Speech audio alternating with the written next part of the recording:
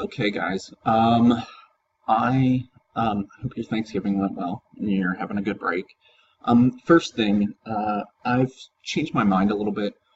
This Wednesday, we're going to talk about chapter 21 in the textbook. We're going to talk about it in class because there's just so much to discuss. It integrates and sort of a cumulative understanding of the whole topic of the psychology of creative writing. So I would rather do that in class. And Wednesday's actually scheduled as a flex day where we could talk about advising. Sorry, Bruce is playing with toys right now. Bruce. Um, so it's going to be a flex day where we were going to talk about advising or address any concerns or anything like that. But we're still going to do that, but we're going to talk about chapter 21 that day too. So today, this video lecture is just going to cover chapter 19, creation and response, the wellspring to evaluation. And essentially what this chapter is not even necessarily meant for students, it's meant for instructors. But, sorry, I just had an error message pop up. It's meant more for instructors and instructors teaching in graduate school programs, but so much of it I apply to undergraduate students. But also, you as students and as young writers can apply this to the way you view feedback from teachers, from professors. But also, you can take this information and use it for yourselves in how to sort of build confidence and believe in your voice, even when you're receiving critical feedback. But this is also helpful for you to remember this, especially that part of how to handle critical feedback as you move through the rest of college and into your careers. But this is also helpful for if you're giving feedback to a peer when you're doing workshops or helping each other out or just, reading a paper for a friend.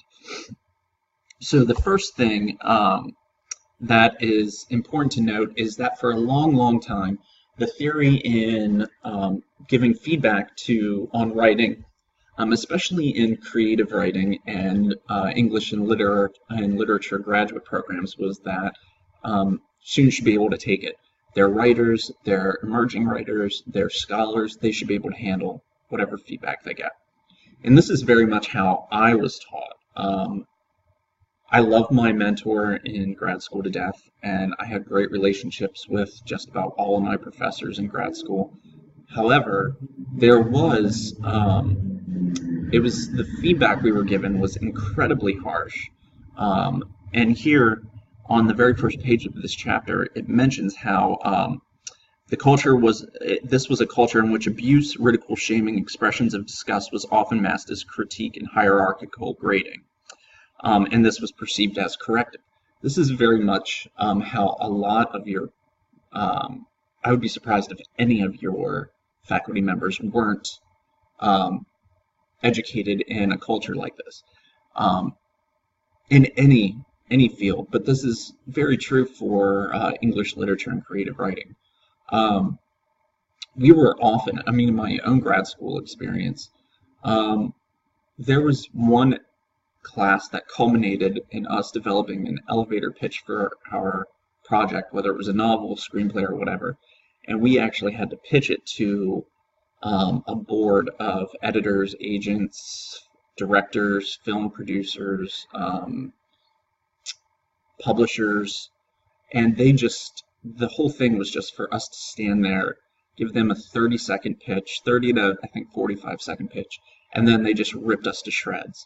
And it was the goal of this was for us to learn how to hone our ideas ostensibly, but really it was another part of it was for us to learn how to handle rejection. And that was so much of what my grad school experience was how to deal with harsh feedback. And also programs like the one I was in, there was a desire to weed out the people who couldn't take it, especially during my master's program. But then those of us who were in the master's program who handled it, who maintained a certain grade point average, could then apply for the MFA, the terminal degree, and they would only take a handful of us from that who had applied. So my master's program was very much completely about just weeding out people, just seeing who couldn't handle it, and then you could go into the terminal degree. So this chapter details a very different method of teaching, one which I have tried to embrace in some ways. That being said, this is a very good, I think this is a very good theory. It's a very good method, and the way it's put into practice can be very beneficial. It's very student-centered. It has less to do with providing theoretical feedback that's based on literary criticism or literary theory or publishing trends, and more on helping the student foster their own confidence in their own voice. So the first thing, this theory was developed at Amherst, and it's called the AWA theory, AWA standing for Amherst Writers and Artists. While this does apply mostly to PhD students, it is very applicable to undergrads, and there's a lot of things that we can take and internalize from this. The first thing is that the purpose of this method is to recognize the vulnerability in the student, because writing is very vulnerable. You are putting yourself out there in a lot of ways. You are exposing your inner thoughts, your voice, your opinions to judgment. And the teacher, whoever's giving feedback, most often this isn't the case, but ideally it would be nice if they could keep that vulnerability in mind. And they should, because they've all done this too. But a lot of times, especially when if you were to go out and try to publish something professionally, you don't, that vulnerability is very rarely taken into account. But the whole theory of this is to provide feedback that is honest. You're not sugarcoating, you're not being dishonest. You're being honest, but you're also keeping in mind that vulnerability, and you're reaffirming the students' burgeoning voice and their while still helping to bolster their confidence, while also encouraging them to learn from critical feedback.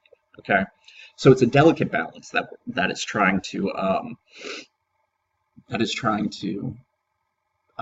be gained, and it makes a good point here in the chapter on page 318 that the most common reason for students to fail at writing or to give up on writing is because they fail to appreciate the responses they get. And that could be because the response is too harsh, it could be abusive, it could be absolutely horrible, and then the student doesn't get anything from it. And I know this sounds a little bit hypocritical because I do give harsh feedback, but I'm going to explain my process here in a couple moments, okay? So, the roles of the three main duties of the teacher, and I'm using the word teacher lightly because you could be using this, you could be the teacher when you're giving feedback to a peer. But the three main roles of the teacher are to believe in the beauty of the student's primary voice, that they're developing their own voice, that it is their own unique voice, and that there's beauty in the way they're conveying their thoughts. Okay. The second role is for the teacher to help the student believe in the power of their own voice. And thirdly, the teacher must help the student build their confidence. The teacher ought to encourage the student to build on that foundation of confidence.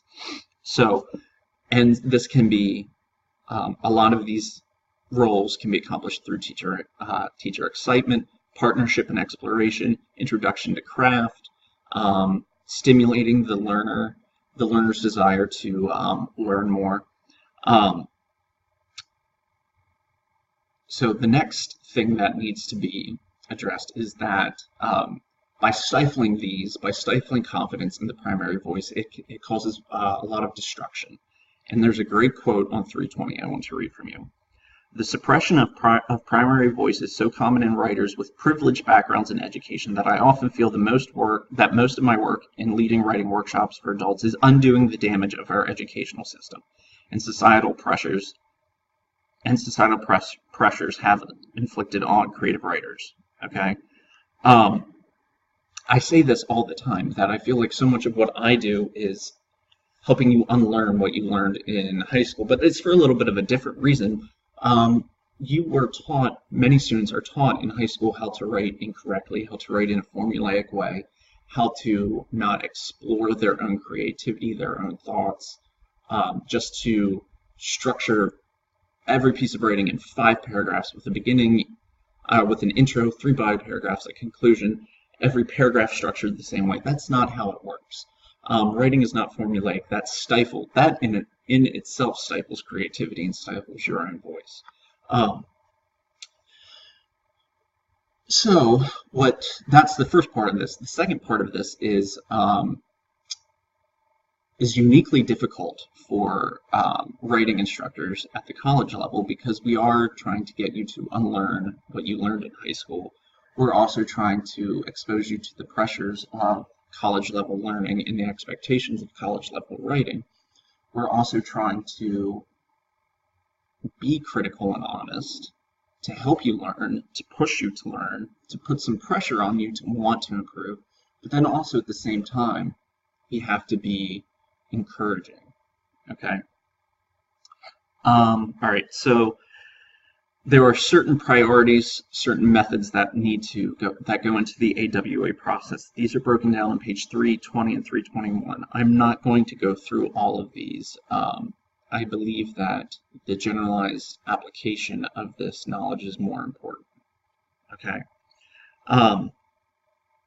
So I'm just going to kind of sum up everything and how to apply this.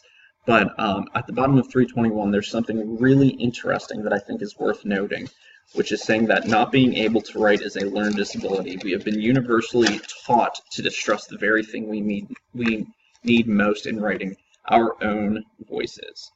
And I believe in this very much. Everybody can write. That doesn't mean that everyone can be a great writer, but everybody can be a good writer. And I always tell students whenever they are freaking out about grades that you can't get worse. It's not possible for you to become worse. You can only get better.